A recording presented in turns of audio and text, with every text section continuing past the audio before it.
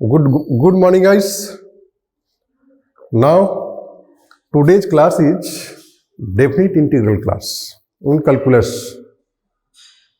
So, first of all, we have to start that about definite integrals, fundamental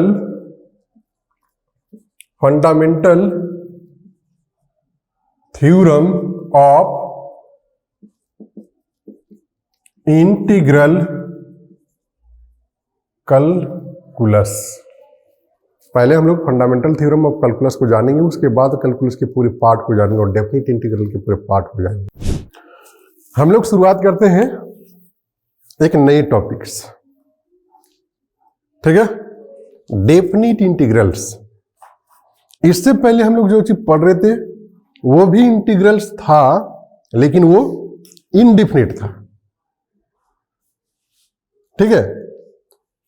वो जितना भी integrals हम लोग पढ़े वो सभी इनडिफिनिट था।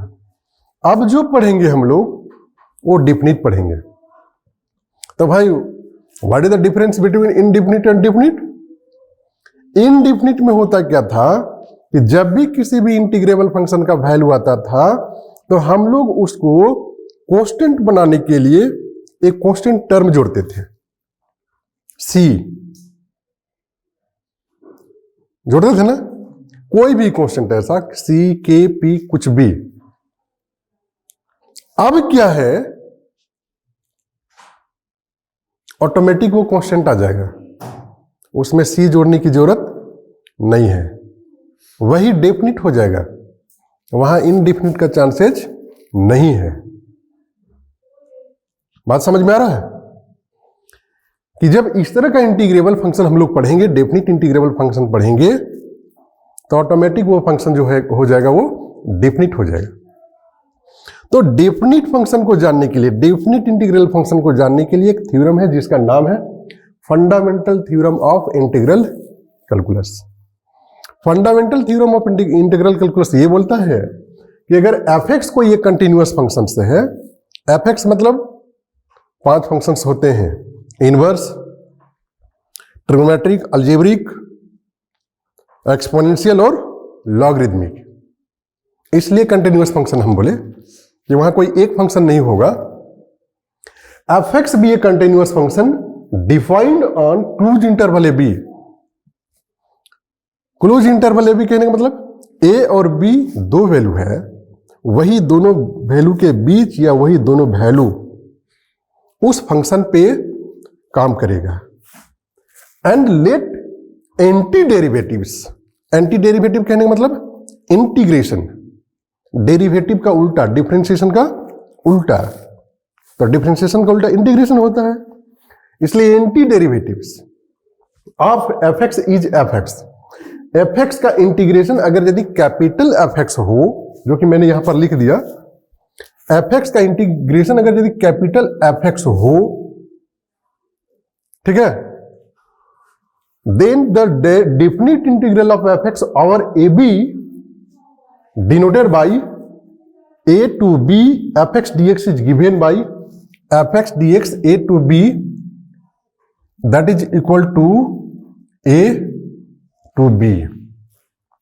और फाइनली हम लोग क्या करते हैं कि जहां जहां x है, एक बार अपर लिमिट, एक बार लोअर लिमिट, इसको बोलते हैं अपर लिमिट, इसको बोलते हैं लोअर लिमिट। एक बार अपर लिमिट पुट करते हैं, एक बार लोअर लिमिट पुट करते हैं, और अपर और लोअर लिमिट पुट करने के बाद उस दोनों को क्या करते हैं हम लोग, माइनस कर देते हैं। जो वैल्यू आएगा वही हो जाएगा हम लोग का डेफिनिट इंटीग्रल का वैल्यू, ठीक है। अब यहां बहुत सारे फंक्शंस हैं। बहुत सारे फंक्शंस कहने का मतलब इनवर्स फंक्शन भी होगा, अलजेब्रिक भी होगा, ट्रिग्नोमेट्रिक भी होगा, लॉगरिथमिक भी होगा और एक्सपोनेंशियल भी होगा। तो इतने सारे फंक्शंस को जब हम लोग इंटीग्रेट करेंगे और वो भी डेफिनिट फॉर्म में, तो वो ऑटोमेटिक वो डेफिनिट आ जाएगा। जैसे एक एग्जांपल हम लोग लेते हैं, integration of 1/x dx 2 to 3, ये क्वेश्चन है। हाँ, एक बात और ध्यान रखिए कि इनडिफिनिट में जितना भी हम लोग फॉर्मूला पढ़े हैं, डेफिनिट में वैसा कोई नया नियम और कुछ नहीं है या नया कोई फॉर्मूला नहीं है। एक ही फॉर्मूला है कि इंटीग्रेशन होने के बाद अपर लिमिट और लोअर लिमिट को पुट कर देंगे, और कोई तीसरा फॉर्मूला आपको पढ़ने की जरूरत नहीं है। तो चलिए, हम लोग ऑलरेडी पढ़ चुके हैं integration of 1/x is equal to what, log x। Integration of 1/x is equal to log x, तो हम लोग लिखेंगे लॉग x, नहीं, ये लोअर लिमिट, ये अपर लिमिट। ये काम होने के बाद हम लोग क्या करते हैं कि एक बार लोअर लिमिट को पुट करते हैं और एक बार ये अपर लिमिट को और एक बार लोअर लिमिट को पुट करते हैं, और लॉग के रूल्स के अनुसार से ये log 3/2 हो जाएगा। ये वैल्यू, यहां कोई x का टर्म बचा क्या, नहीं बचा, ऑटोमेटिक वो डिफिनिट आ जाएगा। इसलिए ऐसे इंटीग्रेबल फंक्शन को हम लोग डिफिनिट इंटीग्रेबल फंक्शन बोलते हैं। ठीक है, फिर से एक बार, कोई भी इंटीग्रेबल फंक्शंस को जब हम इंटीग्रेशन करते हैं तो इंटीग्रेशन करने के बाद x में हम लोग क्या करते हैं, एक बार अपर लिमिट पुट करते हैं, फिर एक बार, और दोनों वैल्यू को पुट करने के बाद हम लोग माइनस कर देते हैं। Right, questions, very simple questions.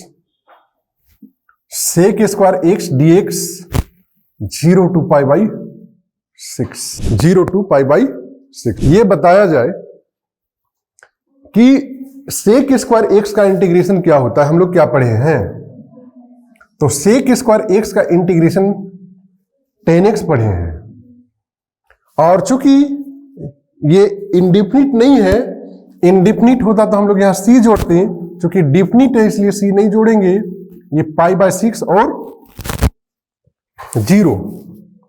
अब एक बात, अपर लिमिट 10 π/6 माइनस 10 0, वैल्यू कितना हो जाएगा, 10 π/6 इट मीन्स 10 30 डिग्री, और 10 30 डिग्री का वैल्यू 1/√3 माइनस 10 0 का वैल्यू 0 है ना। इसका यह मतलब ये 1/√3 हो जाएगा। Right, next example, question number जो भी हो, dx divided by 1 - x square under root 0 to 1। देखिए, ध्यान रखा जाए, हमेशा अपर लिमिट जो होता है लोअर लिमिट से बड़ा होगा। ध्यान दीजिए, हमेशा अपर लिमिट जो होता है लोअर लिमिट से बड़ा होता है। हमेशा ये छोटा रहेगा, हमेशा ये बड़ा रहेगा। अगर यदि यहां 1 हो जाता और यहां 0 हो जाता तब क्या करते, सवाल तो ये उठता है ना कि लोअर लिमिट वाला टर्म अपर लिमिट वाला टर्म से अगर यदि बड़ा हो जाए तब क्या करेंगे। तब हम लोग क्या करेंगे कि लोअर लिमिट को अपर लिमिट बना देंगे और अपर लिमिट को लोअर लिमिट बना देंगे, लेकिन फंक्शन के साइन को बदल देंगे। अगर यदि पॉजिटिव है तो नेगेटिव और नेगेटिव है तो पॉजिटिव, ये ध्यान रखना है। अब देखिए ये सॉल्यूशन कैसे होगा, क्योंकि हम लोग जानते हैं 1/√1 - x square equal to what, sine inverse x, upper limit lower limit. अब हम लोग को पुट करना है 1 माइनस साइन इनवर्स 0। देखा जाए, साइन इनवर्स, साइन के केस में 1 होता है, साइन π/2, माइनस साइन के केस में साइन ये 0 जो होता है, साइन 0 का वैल्यू होता है। इसका मतलब ये हो गया हम लोग का π/2, और इसका मतलब हो गया 0, इसका मतलब पूरा का मतलब हो गया π/2। हम लोग सभी जानते हैं sine inverse sine theta equal to theta. देखिए, हम लोग इनडिफिनिट में जितना भी क्वेश्चन पढ़े हैं सारा क्वेश्चन यहां आएगा, सभी मेथड्स भी आएगा। सभी मेथड्स जैसे कहने का मतलब एक क्वेश्चन हम लोग लेते हैं x ex 0 1 d, कौन सा मेथड, बाय पार्ट्स। क्योंकि दो फंक्शंस यहां प्रोडक्ट के फॉर्म पे है, इसलिए हम लोग इसमें किसको यूज करेंगे, बाय पार्ट्स को यूज करेंगे। नहीं तो रूल्स क्या है बाय पार्ट्स का, first into integration of second minus differentiation of first into integration of second whole का इंटीग्रेशन यहां पर, और पूरे में लगा दीजिए लोअर लिमिट और अपर लिमिट। ये क्या हो जाएगा, x, एक्स का इंटीग्रेशन एक्स ही माइनस एक्स का डिफरेंशिएशन 1, तो 1 इंटू एक्स dx, ये हो जाएगा 0 to 1। अब एक्स ही एक्स माइनस फिर यह एक्स का इंटीग्रेशन, एक्स का इंटीग्रेशन एक्स। अब क्या कीजिएगा, एक बार अपर लिमिट पुट किया जाए और एक बार लोअर लिमिट पुट किया जाए।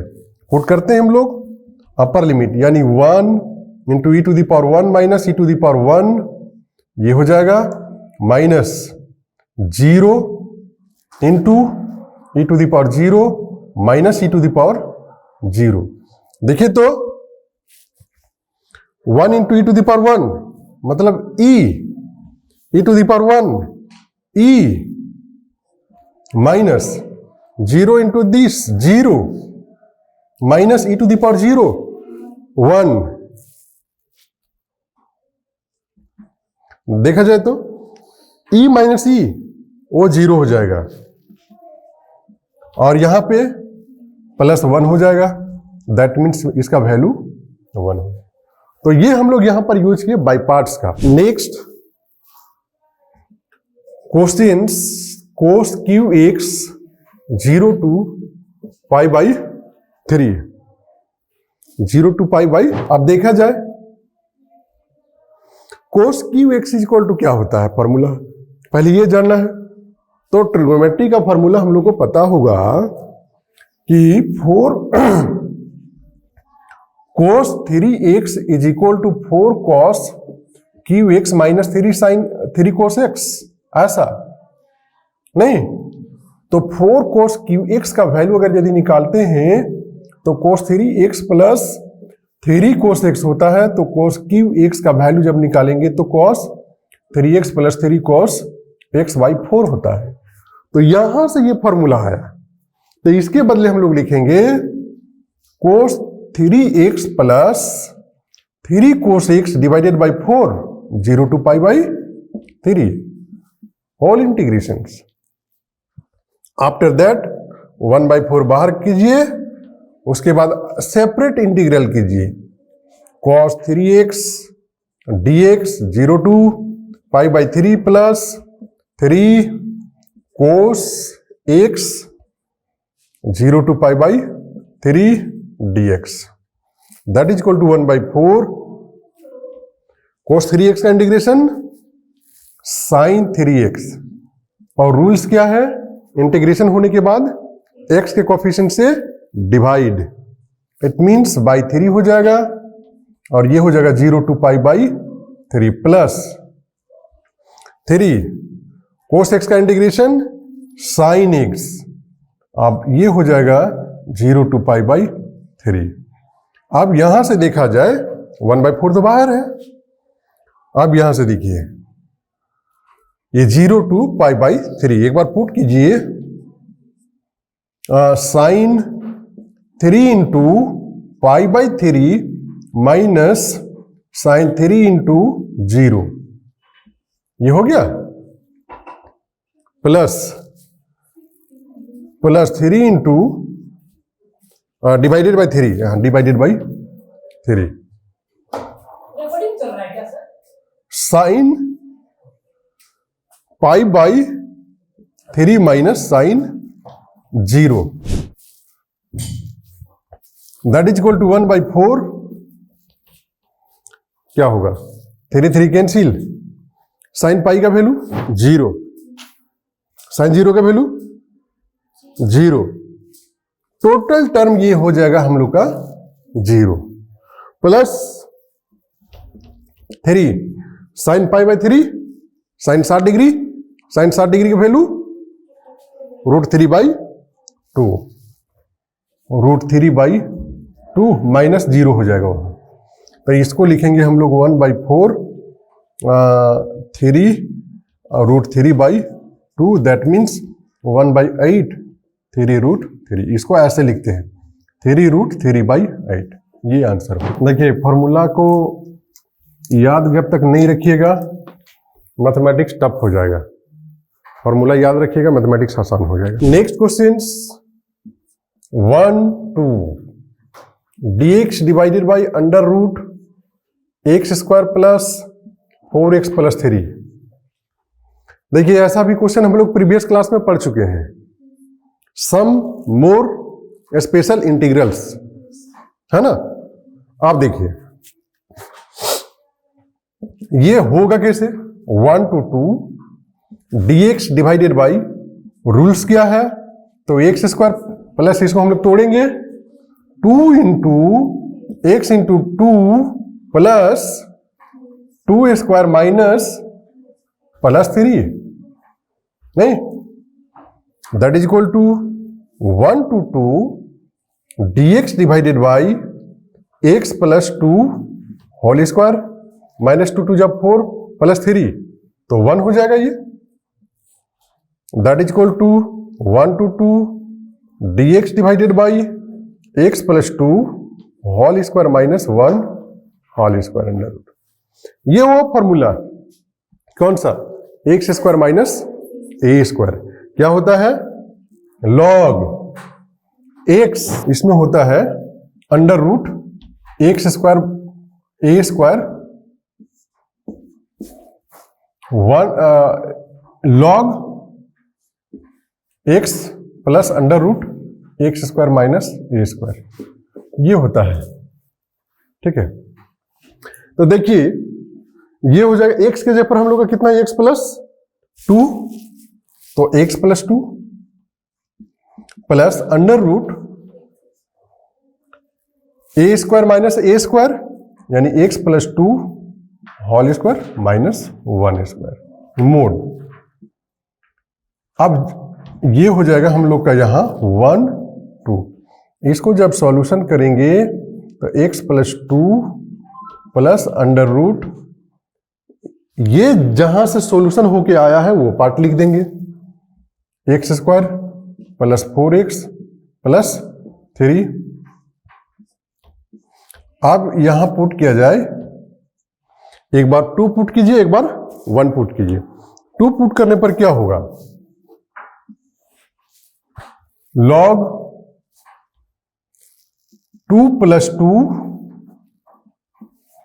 Plus under root 2² 4 into 2 plus 3 minus log, एक बार 1 पुट करेंगे, 1 plus 2 plus under root 1² plus 4 into 1 plus 3, है ना। देखा जाए तो log 2 to 4 plus 4 plus 8 plus 3 कितना, 8 4 12, 12 3 15 √15 माइनस log 3 प्लस 4 1 5 5 3 8, ये हो जाएगा। That means log 4 plus √15 divided by 3 plus √8, ये वैल्यू हो जाएगा।